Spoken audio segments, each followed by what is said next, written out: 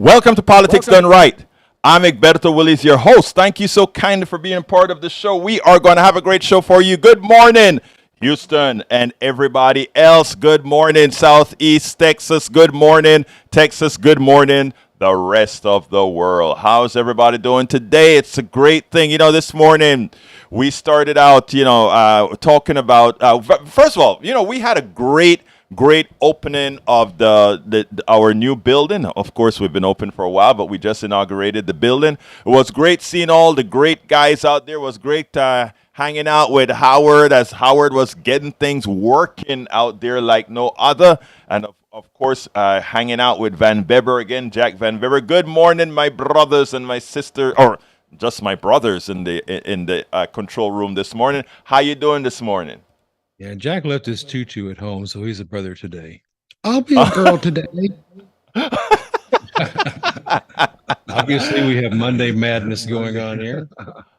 Yeah, we do have Monday Madness because we have that comeback kind of speaker, all that good stuff working. Anyhow, folks, we have a great show, Howard. But before we were talking about if you're coming in on 59 and 610 going into town, we're talking about the homeless out there, and because Van Weber brought it up, I just want to make a mention about it. Many of us sit down there thinking that we just discard the homeless as if these are people that deserve it, or these are the unworthy, these are the people that aren't working, etc. I want to tell us we need to start having a bit of compassion. You never know. I've spoken to some of these folks out there. You never know when that could be you, and many people think it can't. You take a look at what's happening to rents, etc. Right now. You take a look at what it's costing to repair a car right now. You take a look at all the different things where our economic system is just making it very difficult for people, right? Because again, those on the top, they progressively have to take more. And when they're taking the bigger part of the pie, remember, that bigger part of the pie come out of you. And the part of you that it takes are, first of all, it handles those who can least afford it. I have a metaphor that I used to use a long time ago, right? And it went like this. And it's sort of even though I try my best many a times not to be racial, sometimes I have to bring it up in the context of how it is used. At one time, right, because there is a minority of BIPOCs, people of color in the country or whatever, things could happen to those people. But because the majority of the population realize, well, that ain't me and that's not me, and it maybe that those are things that can't happen to me. But as a plutocracy, and by the way, the only reason we have divisions in this country is because the plutocracy needs division in this country to exist. Those who control our economic system needs division in this country. People are not inherently divisional in the manner in which we have it. Yes, there are some anthropologists that will tell you, people kind of, if there are folks that's been around and look a certain way, that's a tribe, and they feel other tribes. Well, look, in America, we've been together long enough that those things don't really exist intrinsically. Now, what has happened is society was created in a particular way to say, well, those things can't happen to me. But an economic system that continuously depends on abusing to succeed. In other words, a particular sect getting more. Eventually, you run out of people that you can abuse in the aggregate. I'm saying in the aggregate now. This is not on an individual basis. This is in the aggregate. Eventually, you run out of people that you can take advantage of, and you have to slowly start gobbling the rest of the population up. I was watching the news this morning with Morning Joe, and there's a 44% constancy about the people who support Donald Trump and the policies not the policies that Trump support, but the policies they believe Trump support, which is not anti everybody else and for them. And Michael Steele was trying to explain why are these people locked on to him, and I think he gave a poor explanation. The explanation, I think, I know it. And what I mean by I know it is there is a group of folks that are aggrieved, and it's the plutocracy, it's our economic system that's aggrieving these folks. It's the ones that are harming these folks. But they cannot believe that. And what Trump is out there doing is Trump is saying, hey guys, it's those other people that are harming you. But it's not true, right? The system just has taken all it could from those it could already abuse easily. And you know who is the next cat on the list to be abused? You are. And as long as we can keep your eyes off the ball, as long as we can have you believing that those other people are your problem as opposed to what the real problem is, then you can support a charlatan who's out there telling you, hey, you know why the prices are going up? You know why it's this? And they are focused on that. And I mean, I was surprised, as you've heard on many of my shows before, that Donald Trump could have gotten 74 million votes in an America that is supposed to be intelligent. Well, it's not that America is dumb. It's just that America is scared. But anyhow, off my soapbox, it's just that Van Beber got me started with this message with a homeless person that was outside of our studio yesterday. Anyway, good morning to everybody. And Brother Jack Van Beber, the morning message. Egberto, I've been thinking about something, and it's what is the purpose of dissent in the political process is what I've been thinking about, because we got some stuff coming up looming on the horizon when people start protesting, and there's automatic weapons out there in the crowds.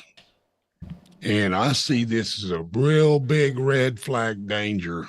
It's already, crushing dissent with this open carry policy. Yes. And this was my worry of the day, basically. Well, I tell you about your worry of the day, my brother. It's interesting that I was talking to a good friend of mine. I was at Starbucks writing some blogs yesterday, and my good friend El Señor Carrillo came in and started talking. He's originally from Cuba, and we were talking about what was going on. And I think we all came to the same conclusion. I don't think there's a sect in this country that the economic system right now for quite a few people is fairly good, right? But there's another set of people that are on the fence right now, and we are of the belief that all this arming of America and the kind of dissension that occur, that conflict that can occur in 2024, I don't think those on the right and many of our plutocracy would mind too much if things really get out of hand, that we have to become more of a authoritarian sort of a deal. Okay? And we were going through the machinations. It's not the show today, so I won't go into detail about some of the stuff that we spoke about. But I think the brother was absolutely right. I think we're at the stage now, Dr. Richard Wolff, economist, would tell you that we are at end stage capitalism right now, where it's reaching the stage that we all who know a little bit of math knew that it was going to be getting to, because of the the inconsistency of how the wealth grows up at the top and how it disappears down at the bottom. It's not a feature. It's what the economic. It is what should I say? It is a formula that defines the economic system, and too few. And again, especially now that we don't want people to do critical thinking, or we don't want people learning, or we don't want people doing that. Jack, we have a lot of teaching to do, and the work that we do here, as little as we are, the work that we do here, all of us, it is so important. It is so important.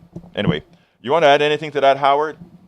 Well, we're in the second Gilded Age. This happened at the turn of the century. Yes. And one of the things that the government put in place was the Sherman Antitrust Act. Yes. And now if they just enforce the laws, the commerce laws, which we have, the Federal Trade Commission, if they enforced the antitrust laws, if they enforced what they were supposed to do, we wouldn't be in this position.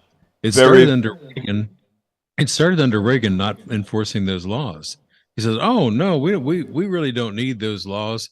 This will magically work itself out." Well, it doesn't, and it won't. The antitrust laws were put in place to stop what's happening now. when they were first put in place and enforced, well, we didn't have these mega gigantic companies owning everything and everybody. You know, And what we Howard, need to do is go back to the enforcing of antitrust laws, breaking up some of these huge companies, because that's what it is. and If you Howard, I get, want to interject one thing there. There's another thing as well, my brother, and it went like after your income of a certain level, meaning not your basic income that few millions or whatever, but after a certain amount, you had a 90% tax rate, and people are 90%.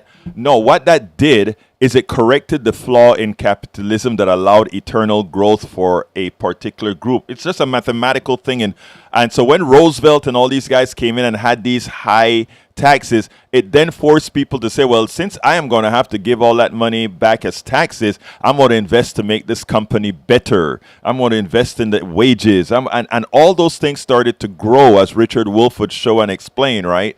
But then, with Reagan coming in and deregulating everything and cutting everything else, Anyway, Howard, well, go ahead. I'm sorry. the deregulation started under Carter. Yes. He's the one who deregulated the trucking industry. Yes. Now, I think he was forced into doing that. I don't think he really wanted to do it. Right. And sometimes these presidents are forced into doing things they don't want to do. Yes. But they started deregulation under Carter. Then Right. by 96, they deregulated the communications business. That's why we only have a handful of companies that own all the radio stations, with the exception of this one, of course. Yes. But still in all, you can't have that because this is what you're going to end up with. A lot of poor people and a lot of rich people and nobody in between. Absolutely. Now, here's the deal. I got a fairly 20-minute or 20-something minute interview with Norman Solomon. I was talking to I think Van Weber a few on Saturday that I had to get out of there to do this interview. This is a solid interview. We got off to talking some very important issues. So some of the stuff that I start the show with, I'm not going to be able to talk because I need to get with this. But beforehand, I want to remind you guys that after the interview, 713-526-5738 is the number to call. And you guys know how to reach us. Go to kpft.org if you want to stream 90.1 FM on radio. Go to politicsdoneright.tv if you want to watch it, or go to facebook.com/KPFT Houston if you want to watch it as well. So the one other important thing, if you need to tell me something, if you want to tell me something, if you want to complain or you want to give kudos, whatever you want to do, send me an email at kpft@politicsdoneright.com. kpft@politicsdoneright.com. And please do not forget, this is your radio show. Always remember that. You are the ones who run stuff here. Anyway, I'm going to skip the first video because we kind of extended time with our preamble here. But here's what I'd like you guys to do. The newsletter is at politicsdoneright.com/newsletter. All the videos that we're going to show, including this interview, the links are also in that newsletter for you to get to. But without further ado, we're going to go ahead and play Norman Solomon with this excellent book that he just came out with that we better heed. Check it out. Take it on the other side. Welcome to one more edition of Politics Done Right. I'm Egberto Willis, your host. Norman Solomon is an American journalist, an activist, a media critic, and the co-founder and national coordinator of RootsAction.org. He's the author of War Made Easy and is a longtime associate of Fairness, and Accuracy in Reporting. His new book, War Made Invisible: How America Hides the Human Toll of Its Military Machine, is a must-read.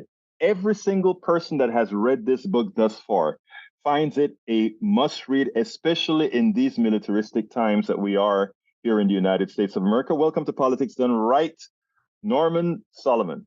Thanks so much. Look, it's my pleasure to have you as usual.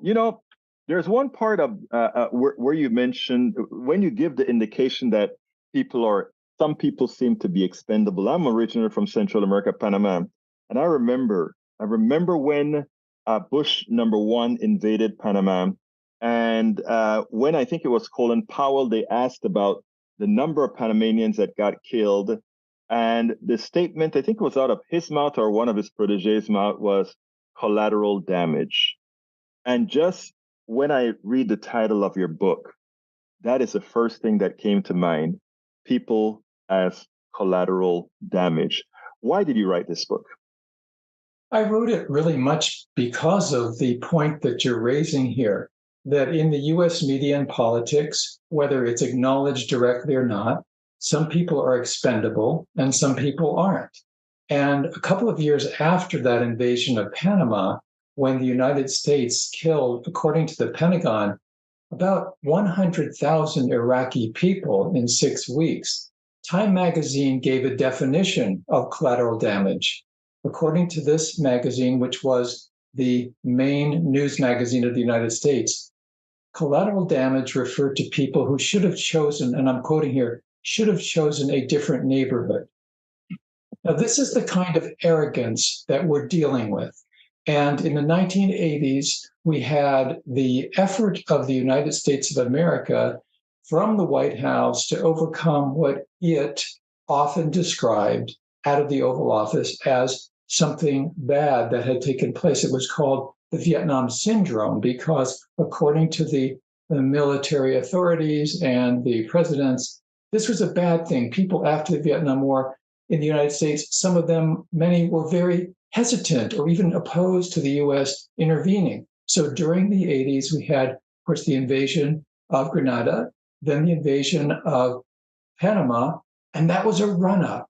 This was, okay, we're getting back into it, so we will crush these two small countries, and then we'll go on, have bigger fish to fry in terms of militarism. So the Gulf War in 1991, then the US-led bombing of Serbia and Kosovo in 1999, 78 straight days of bombing, not a single American lost, which is another way that good US wars are defined. And then after 9/11, going ahead to invade Afghanistan and Iraq. And so I wrote this book to bring up to the surface something that is so routinely evaded, many points on this spectrum that are not addressed. One is that the United States media and politics, with rare exceptions, tacitly or explicitly divides the planet into two parts: those who count and those who don't, those who suffer, whose grief matters, and those whose grief does not matter. And not coincidentally, the people whose grief does not matter, according to US media and dominant politics, are people whose suffering is caused by the US military. It is hard to believe. I noticed the first chapter of your book, you called it Repetition and Omission.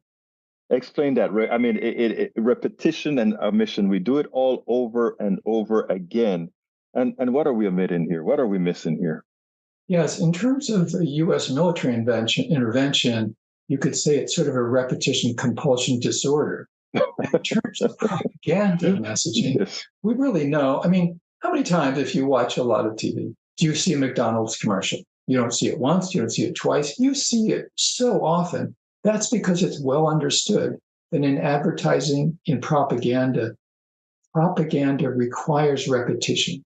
Repeating is the essence of propaganda. And when we talk about the bias, the extreme pro-military bias in favor of what Martin Luther King Jr. called the madness of militarism, once in a while somebody will say, oh, but I read a news article that said something very different. I read a commentary, I heard one somewhere on a radio network, a commercial one, and it did bring up these points that you say are not being brought up sufficiently at all. And my answer to that is, because the essence of propaganda is repetition, the exceptions are, they're exceptional. That does not disrupt the dominant propaganda model. And what we're dealing with now, here we are, the middle of 2023, and it has been so normalized. Healthcare, education, housing, neonatal care, elderly care in the United States, let alone many other countries, lacking basic support. People are dying behind this inequity, and yet we're told that the Pentagon budget needs to keep rising through the roof. You know, Biden recommended last year, he wanted a budget of $800 and something billion just for the Pentagon. That wasn't enough for the bipartisan chairs of the House Armed Services Committees. Even more than that was appropriated.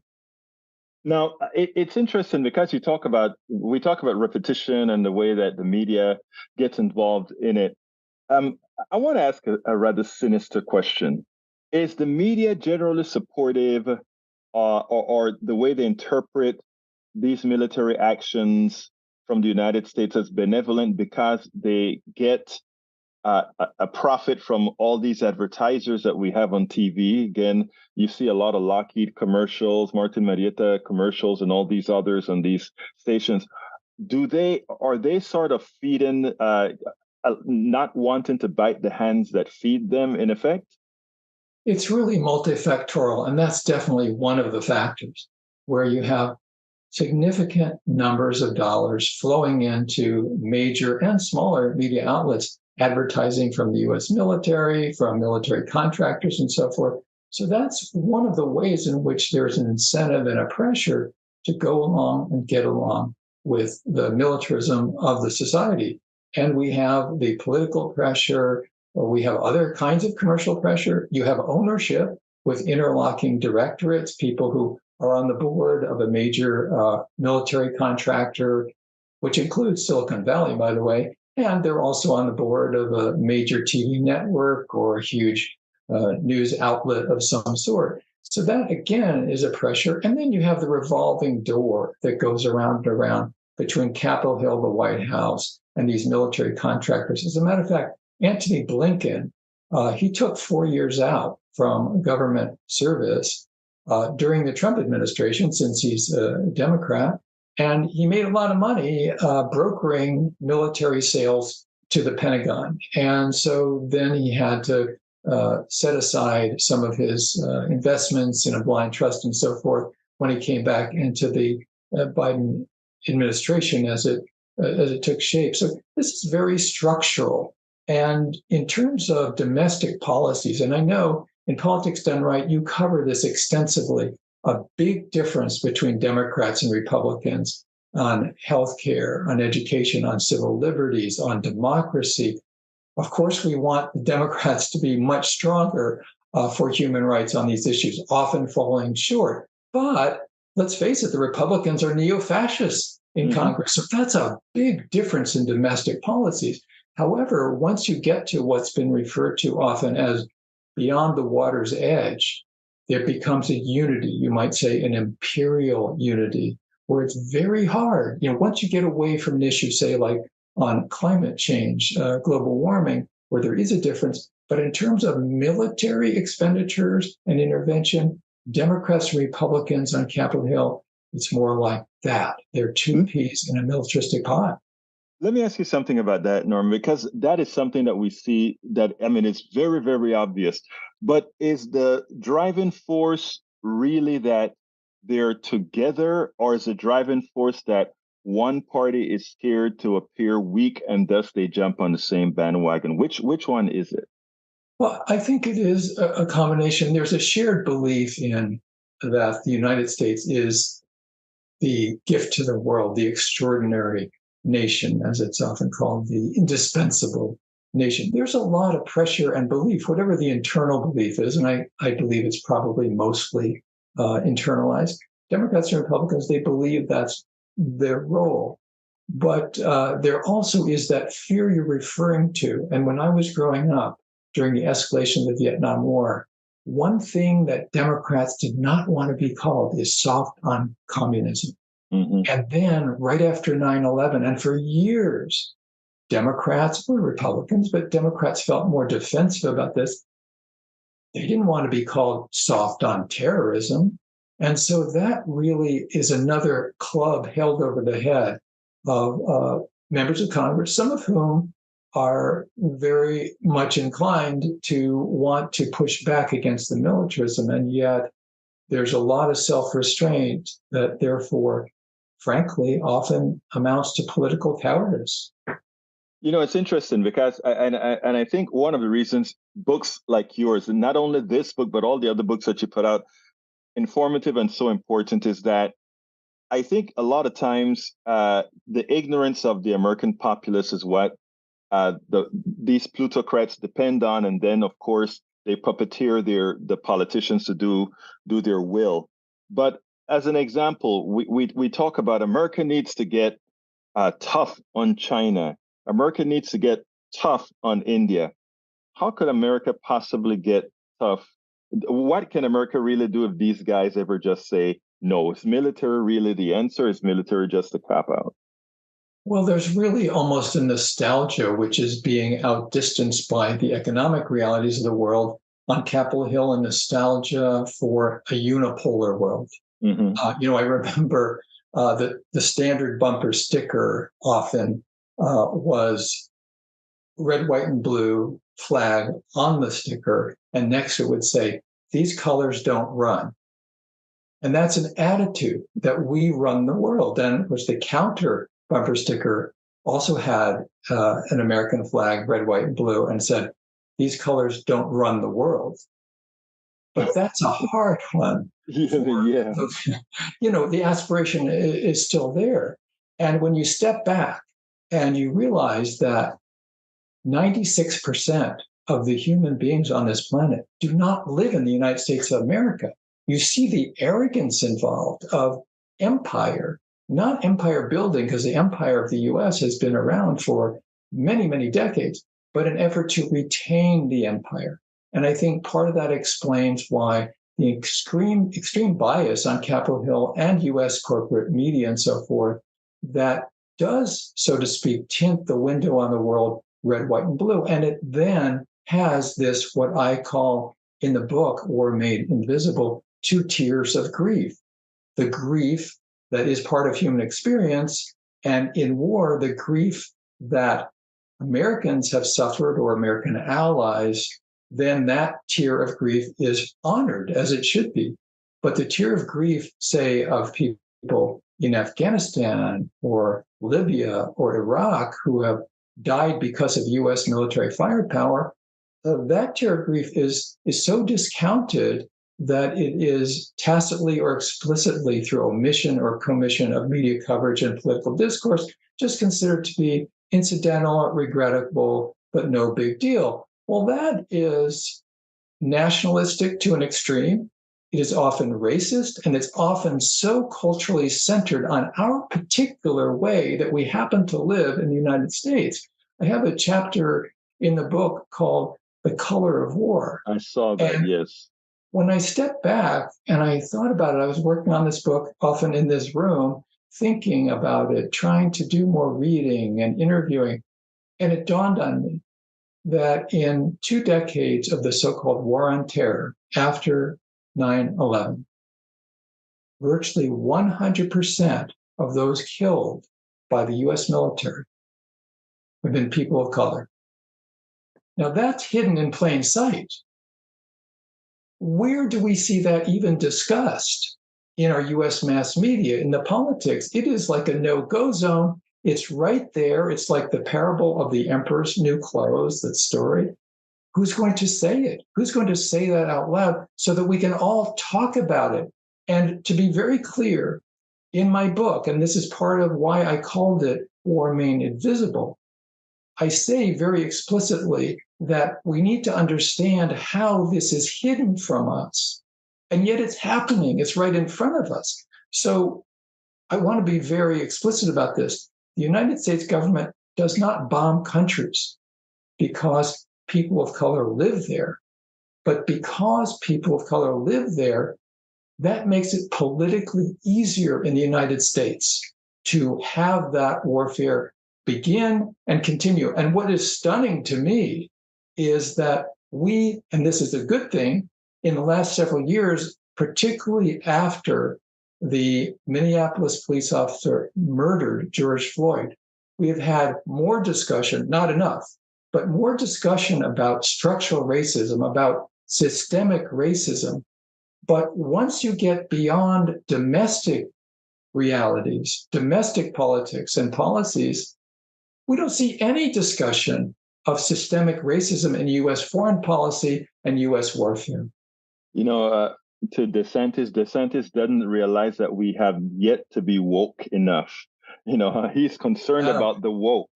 Well It seems put. like we are not near as woke as we really need to be in knowing these particular issues. That's very true and very well put. I haven't heard it put quite that way before. That should become a national way of discussing what is wrong with these neo-fascists, and DeSantis now leading the pack in many ways. It's an attitude that says that we should all go back to sleep. We should all be anesthetized. We should all be numbed, when we should all be very callous. It is so inherently a vicious view of how humanity should treat itself. I don't know if you remember during Desert Storm, the way CNN covered it, it looked like a game on TV with lights, and to put it bluntly, it was actually, as you saw it, it was actually pretty. As you saw the lights and the flares, and I remember talking to somebody and saying, for every flare that you see, think about the number of people that are dead, the buildings that are falling and breaking skulls, etc. We in the United States, our media, were not allowed to see the carnage. But in Panama, in Costa Rica, in Dominican Republic, etc., their media actually saw the bones and the spilled blood and the cracked heads open. We couldn't see that here. So to us, it was a game that was being played, and most of the wars. It's amazing in the chapter where you talk about the color of war. It's amazing the concern that we had for those in Ukraine and how cruel it was. When in the Sudan and in many other places, atrocities of that nature, atrocities with our equipment being done, and it's nothing. It's very much a normalized bias that is so extreme that it fits into what people seem to believe quite often is just natural. I use that cliche, but it's perhaps appropriate. The fish in the water who says, "What water?" This is the Right. baseline 24/7, 365 in the media. If we had news media in this country that was truly willing and able to function without fear or favor, then, as you referred to, yes, we would have this empathetic coverage of people who are suffering because of this horrible Russian invasion and war on Ukraine. We would also have similar coverage and empathy for people around the world suffering from warfare, and especially difficult for any major media outlet to wrap its journalistic mind around, is that people who are being killed, and this is still going on, by the way, as my book documents, under the quote war on terror subsidized by US taxpayers, those people, if their suffering were being covered with anywhere near the kind of empathy that we're getting for people in Ukraine in US media, it would cause a tremendous difference in the political atmosphere of this country. Amazing. Now, Norman, what would you like? First of all, for those that are listening, these are the types of books that we need to get out there. More of us need to be reading these types of books because we're being anesthetized by the mainstream media. That's what's really occurring here. So I will urge folks to go out and get. Actually, not only this particular book, War Made Invisible, but also War Made Easy. Remember, we spoke about War Made Easy as well. Those books should be bought combined. I mean, this new one, of course, but combined, very important. What do you hope? And I don't like to use the word hope. Yeah. So I'm going to change that. What do you want to occur from those reading your books and those talking about your books? What I want for response to the book is very much related to what you just referred to, Alberto, which is that the anesthetic, the anesthetized atmosphere of our society in the United States needs to have a big jolt that sustains us being awake constantly.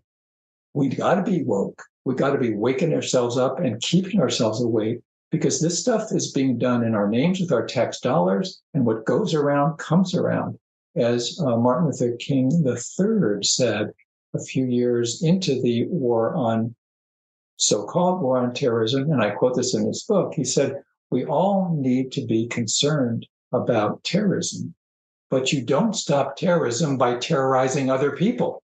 And that's really a key message of this book. And as you referred to, I had an earlier one called War Made Easy. And when I thought about writing this new one, it really dawned on me that we have had so much warfare from the US in this country, and more it has become invisible.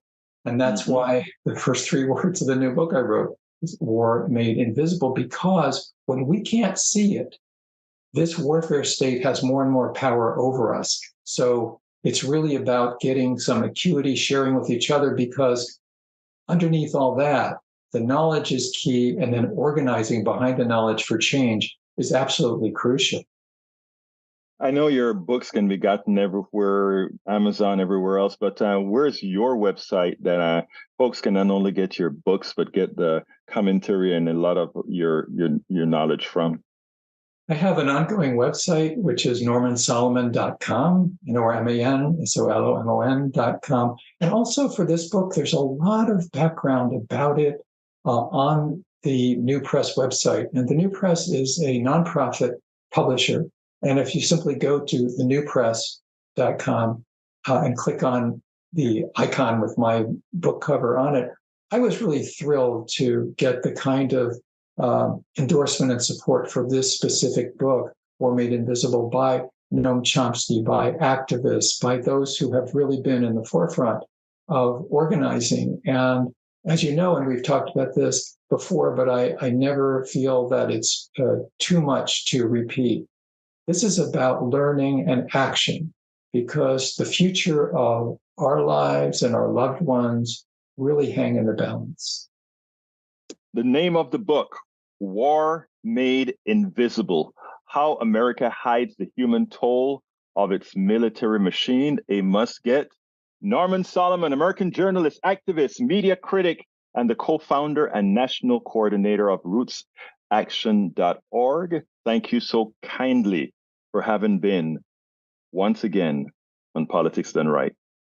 Thanks so much. I really appreciate our conversation. Well, folks, I hope you enjoyed that. That is, well, I shouldn't say enjoyed that. I mean, it was something about war. But I'm sorry for the initial hiccup, but we got through it. That start. I'm going to blame Jack for that, because Jack got me all hyped up about this other issue, and I was supposed to push a particular button that I didn't. I'm only kidding. It's my complete fault. It's my fault. It's my fault. Hey, Howard, what's up? You're all the new guy. A poor workman always blames his tools. Hey. We are in this together, man. You know I'm a collective kind of guy. Now stop it, man. You're hurting my feelings. You're a good man too. You're a good man. Hey, anyway, I hope you guys enjoyed Norman Solomon. That book just came out recently, and I mean, there's some. It was interesting because I'm from Central America, Panama, and I remember when we got invaded, when Bush one invaded us, and there were, according to, if you go to the annals of the United States government, 1,000 Panamanians died. I think something like 80 soldiers from America or somewhere around that amount died. But according to Wikipedia and other UN stuff, like 4,000 died. But we know where Marañón is, the place where the stealth fighter was out there. Think about it. We don't even have an army. So they were testing all this military equipment out there. We know over 10,000 Panamanians died, right? Nobody's going to talk about that. But, brother, we were called then collateral damage. That is a hurtful thing when you look at other humans and just say, well, we wanted to get Noriega, who was financing the sale of drugs. He was a great capitalist. Manuel Antonio Noriega, everybody talks about the Panamanian dictator. I always call him the Panamanian capitalist because, America, we wanted our drugs. We wanted to have our drugs flowing in. And what happened? He provided the service. And when he was no longer any use to the CIA, and when he decided he didn't want to go into, I think it was Nicaragua then with the Sandinistas, he said, we don't need him anymore. We'll blow stuff up. And in the process, 10,000 Panamanians, collateral damage.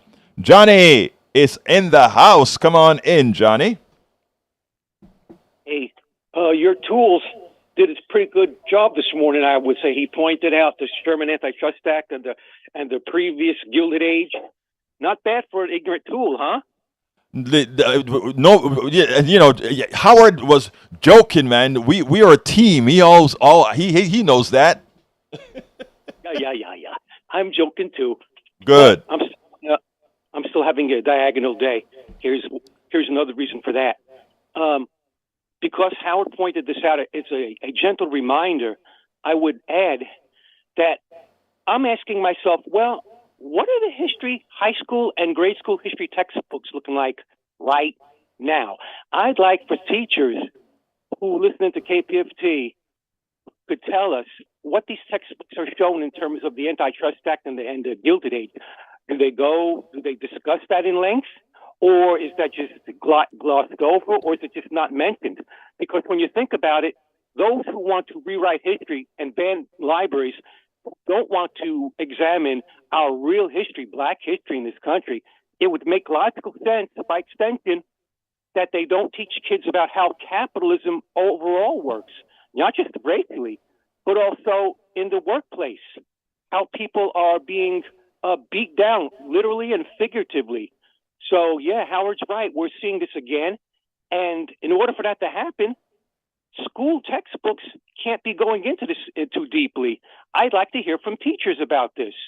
Or do you have any specific knowledge about textbooks in Texas or California or New York about the misinformation that kids are being fed with regards to history? And by the way, when I was grown up in the 60s and 70s, I had lots of questions back then that I was not satisfied about. So I can't even begin to imagine what maybe a 17-year-old right now would be feeling back when he was 13 years old. That's why we need to have your volunteer's son on the air and his friends to have these discussions with us. We need to get together and start talking about this stuff. Johnny, you're so right about that. Howard spoke about the Gilded Ages, but the other thing about it is, what I try when I'm telling folks that we all have to get together, irrespective. You brought up race. I always talk about race. Unfortunately, we were made to believe in our indoctrination over the centuries. We were made to believe that the race thing was the real issue.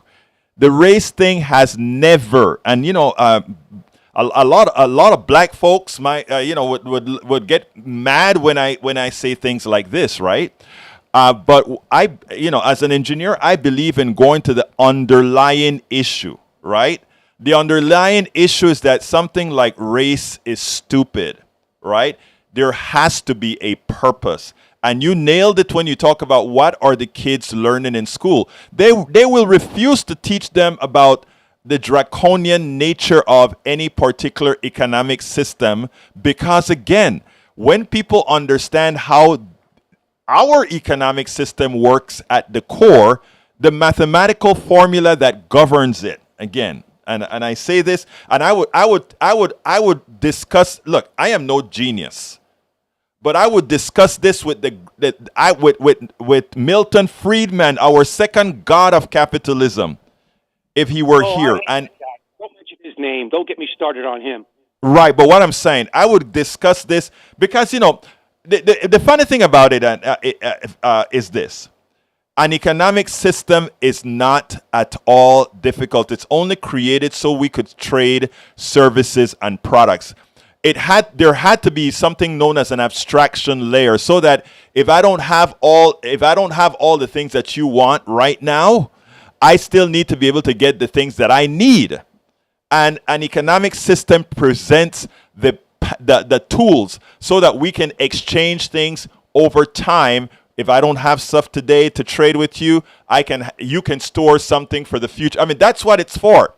The complexity in our economic system is the thievery, right? That you have to create structures that we would call it señor un ampón. We can actually take something away from others without them quite realizing it, etc. That is a genesis of any economic system that's like ours. And explaining it to folks is difficult because we're so indoctrinated, right? And then we create all these other things for us to be scared about, that when somebody like you or me or Howard or anybody, Jack start to question and ask or promote or teach certain things, they try to make us look like we're crazy when the numbers are all there to prove that we know what we're talking about. Johnny, give me a closer before I go to my next topic.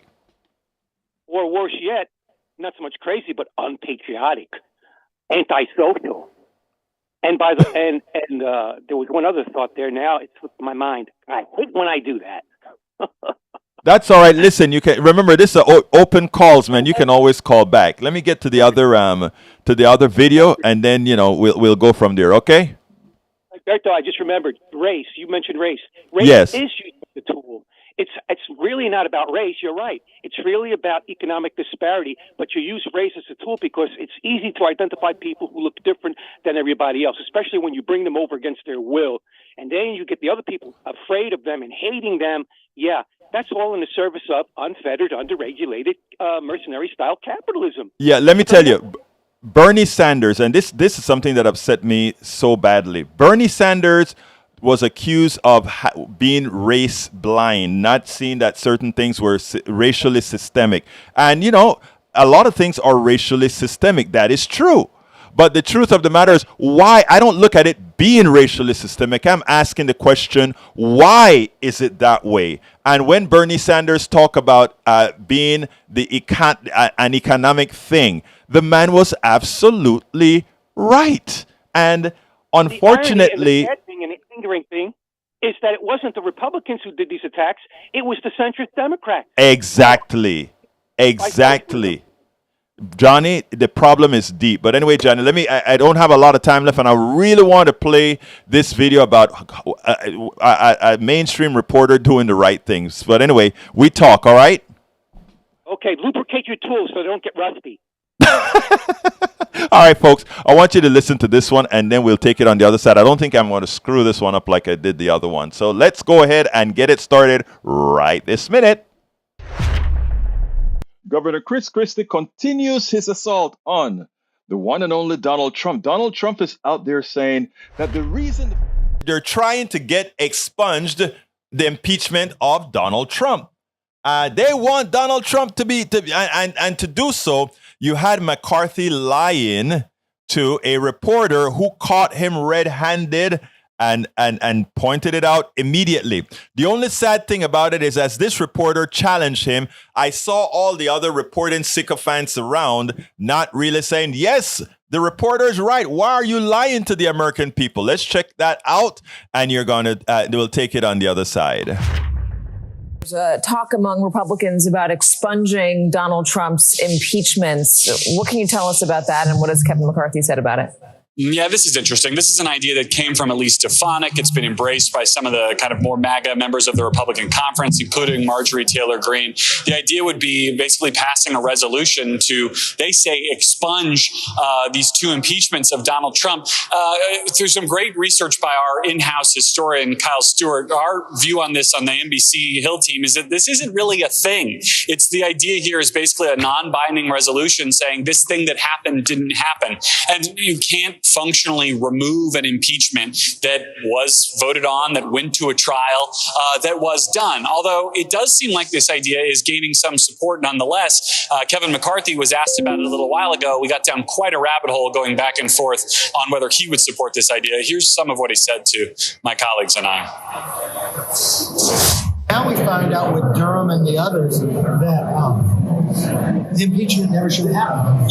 We find... In what way does Durham indicate the impeachment shouldn't have happened? Exactly what he said. They said they shouldn't have gone forward with it based upon the information that they had, that they knew the information wasn't true. Johnson wasn't impeached on anything related to Durham. He was impeached on the Ukraine, and he was impeached on January 6th. Nothing to do with Durham. Now, calm down. They started at the very beginning. We went a couple rounds on this, Katie. The upshot here is that the Speaker said he supports this idea in theory, but it doesn't sound like it's the kind of thing he's going to rush to the floor. He suggested it would go through committee, and that our priorities were out of whack in the press corps for asking about this. As I pointed out to him, there is nothing in the Durham report or in his 5 hours of testimony from earlier this week that suggests Donald Trump should not have been impeached either on the Ukraine matter or certainly on January 6th, both of which he was impeached by the House of Representatives. Now, here's the deal.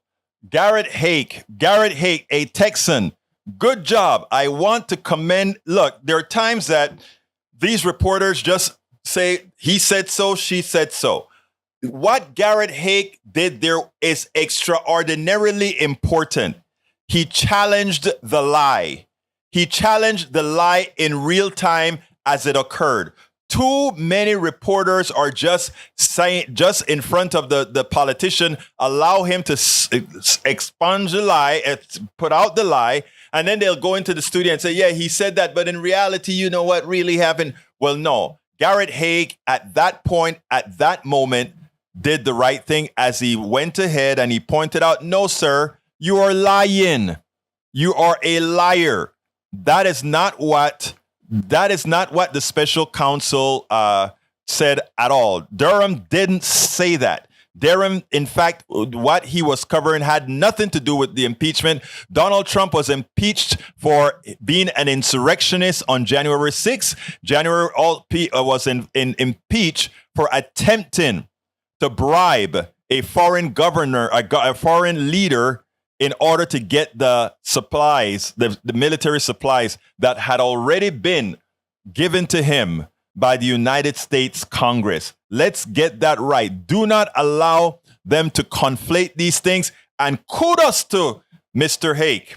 Kudos. I really want him to get these kudos because that is what we need them doing. And, you know, what is important, folks, and, you know, people, and I say, well, that's, why are you getting excited over that little thing that he corrected the speaker? What happens the way, if you watch the Sunday show, if you watch all of these things, what you'd find Republican politicians doing all of the times is they will stick in a little lie that then other networks and other bloggers and others jump onto. And right now with this, with Bobrier and RGB, that's not RG, you know I'm talking, Taylor Greene, trying to get the impeachment somehow expunged, even though you really can't do that, but they want it for the theatrics. Even though they're trying to make it seem as if the reason we're doing this is even the special counsel said that Donald Trump should not be impeached. And believe it or not, the mainstream media would have taken that snippet, and because they would have said it many times, they would have run with it. They would have run and said, you know, the special counsel said that Trump should not have been impeached, so these ladies are acting on it. That is how it works. Do you doubt me? Remember what they did with Show Me Your Birth Papers, Obama. Like I mentioned before, if the first time that Trump had brought up, and I'm going to repeat this for all those who are first tuning into this show today, if when that issue about the birtherism started, where Trump questioned Obama's birth certificate or his national his citizenship, if immediately the mainstream media would have said it didn't matter if Obama was born in Angola, it didn't matter if Obama was born in Kenya, it wouldn't have mattered if Obama was born in Thailand, because his mother was an American citizen, a born American citizen, that made Obama, whoever his father was, whatever land he was born on, it made him a natural born American citizen who qualified to be president. That should have ended the discussion right there. But because the Republican politicians brought that birther thing up and the media bought it immediately, they ill-informed the American people, and in so doing, it created the birther issue. The big lie was the birther issue that should never have been the birther issue, given that the president's mother was an American citizen. And that is how, that is why I was so excited about, hey, stopping this lie at its inception, because that is what has to be done. Anyway, folks, we are having, I didn't get across to all the subjects that I write for. I write these programs assuming that there are zero calls or there's zero interactions in case, we have that. But we always have great talk with the great guys in the studio. We always have great talk with the great callers that are calling in.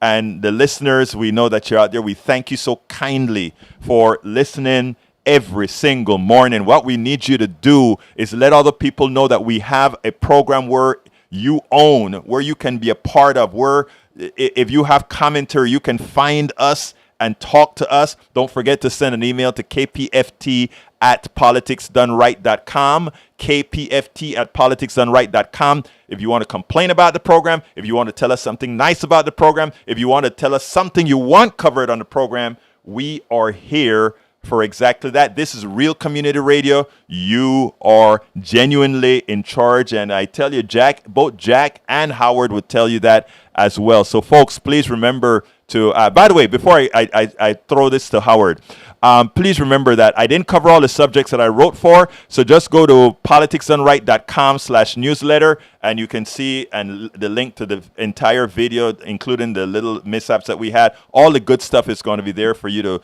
get at your leisure. Anyway, back to Howard. What's up, buddy? Well, I think we had a pretty good show today, Egberto. A lot of topics covered. Maybe not all of the ones you wanted to cover, but we did cover a lot of topics. And Jack, you got any closing thoughts here this morning? No, I just want that idea of what is dissent, and the political process, for people to keep that in their mind. The rights of people to say, no, we don't like what's going on. Well, that's when you vote. Yes. That's when you get out and vote. Yes. And don't make me get on my soapbox the last 30 seconds here.